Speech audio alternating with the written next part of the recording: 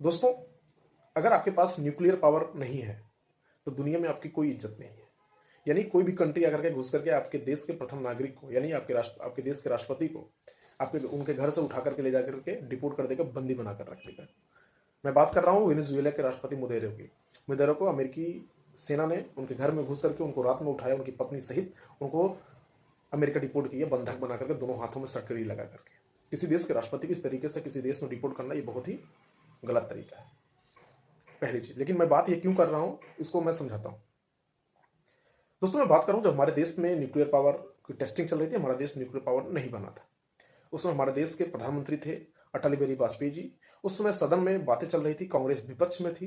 कांग्रेस के नेता पी चिदम्बरम ने इस पर सवाल उठाया था कि हाँ, क्या हमारे देश को न्यूक्लियर पावर बनने की जरूरत है, आवश्यकता है। मतलब किस तरीके से कांग्रेस के लोग ये नहीं चाहते थे कि भारत न्यूक्लियर पावर वाला देश बने। सोचिए, अगर हमारे पास आज न्यूक्लियर पावर नहीं होती या न्यूक्लियर नहीं होता तो आज हमारे देश में भी की स्थिति सेम वही होती जो स्थिति आज वेनेजुएला के राष्ट्रपति की हुई है, वेनेजुएला की हुई है। छोटी छोटी कंट्री आपके ऊपर धावा बोलते और आपकी कोई वैल्यू नहीं रहती। आपके प्रधानमंत्री को कोई भी ताकतवर देश का सेना आकर के आपके प्रधानमंत्री को, राष्ट्रपति को उठा करके बंदी बना देती। आपको दूसरे के अनुसार चलना पड़ता। यह न्यूक्लियर पावर की देन है कि आज हमसे और आपसे कोई किसी देश की हिम्मत नहीं है कि हमसे आपसे ऐसा सलूक करें, क्योंकि उनको पता है ये परमाणु संपन्न देश है, अगर हम कुछ गलत करेंगे तो ये भी गलत करेंगे।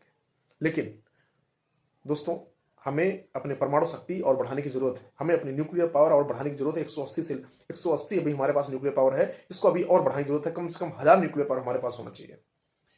दुनिया में उसी देश की चलती है जिसके पास न्यूक्लियर पावर है। हमें अपना रक्षा बजट और मजबूत करना पड़ेगा, क्योंकि परिस्थितियां जिस प्रकार से हैं, ये परिस्थितियां ये बताती हैं कि हमारे लिए अपने डिफेंस सिस्टम को और मजबूत करने की जरूरत है।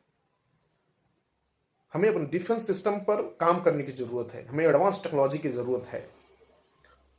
भारत को अगर आगे बढ़ना है तो उसको एडवांस टेक्नोलॉजी की जरूरत पड़ेगी और उस पर काम करना पड़ेगा। अपने रक्षा बजट को, अपनी इकोनॉमी को बढ़ाना पड़ेगा। अगर आप अपनी इकोनॉमी को नहीं बढ़ाएंगे, आपके साथ वही सलूक होगा जैसा कि वेनेजुएला के राष्ट्रपति के साथ हुआ है।